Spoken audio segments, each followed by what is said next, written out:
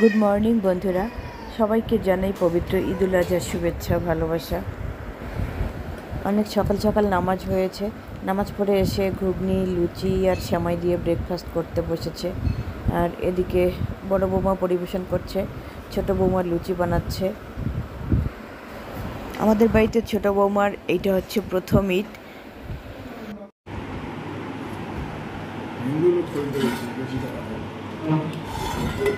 JV এখনও নাস্তা খায়নি, তাই জেভিকে ডাকতে আসলাম যে এসো আমরা সকলে একসাথে মিলে নাস্তা খেয়ে নিই। এদিকে খাসিও চলে আসলো, আর আমাদের ইমাম সাহেব তিনি আর এক পাড়ায় গেছেন কোরবানি করতে। ওখান থেকে চলে আসলে এখানে কোরবানি হয়ে যাবে। আমাদের রোদ সোনা বাইরে দাঁড়িয়ে আছে, ও শুধু চিন্তা কখন গ্রিলটা খোলা থাকে আর বাইরে বের হতে পারে। প্রচণ্ড গরম পড়েছে আজকে। আর এদিকে সবাই রেডি হয়ে গেছে, ছবি উঠবে। আমিও ব্লগ ভিডিও বানাচ্ছি, কখনো ফ্রন্ট ক্যামেরায় কখনো ব্যাক ক্যামেরায়, এরকম করি, কারণ ওরা সবাই সবার মোবাইল নিয়ে ব্যস্ত।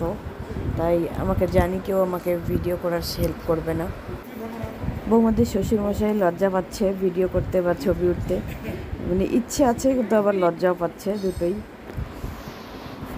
ওদিকে বড় বৌমা ছবি তুলছে জেভির আর ছোট বৌমার। আর বড় বৌমার হাতে খুব সুন্দর একজোড়া চুড়ি, আর আংটিটাও এত সুন্দর মানিয়েছে, ওটাই দেখছিলাম। বারান্দার মধ্যে ছবিগুলো কালো কালো আসছিল, তাই ছেলে বললো এই সাবনটাতে দাঁড়াও। এসে সাবনটাতে দাঁড়িয়ে আমরা ছবি উঠছি।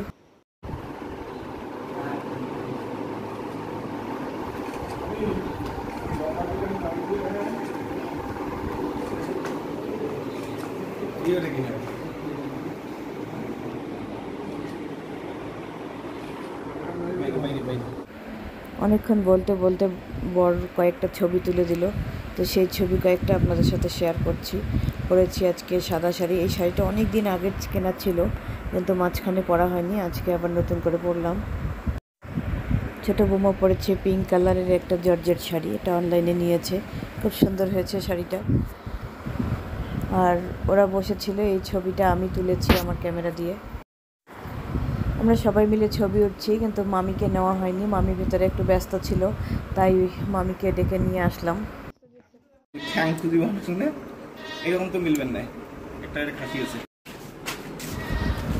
মাংস কাটাকাটি শুরু হয়ে গেছে, 2-3 জন মিলেই মাংস কাটতে বসেছে। মাংস কাটা ও বিলি করার পরে রান্না শুরু হবে। এদিকে রান্নাঘরে চলে এসেছি। চর্বিটাকে এভাবে গরম পানি আর হলুদের মধ্যে দিয়ে একটু ভাপিয়ে নিতে হয়। আর বৌমারা এদিকে রান্না বসিয়েছে। তো বন্ধুরা, আজকের ছোট্ট ব্লগটি এখানে শেষ করছি। আল্লাহ হাফেজ।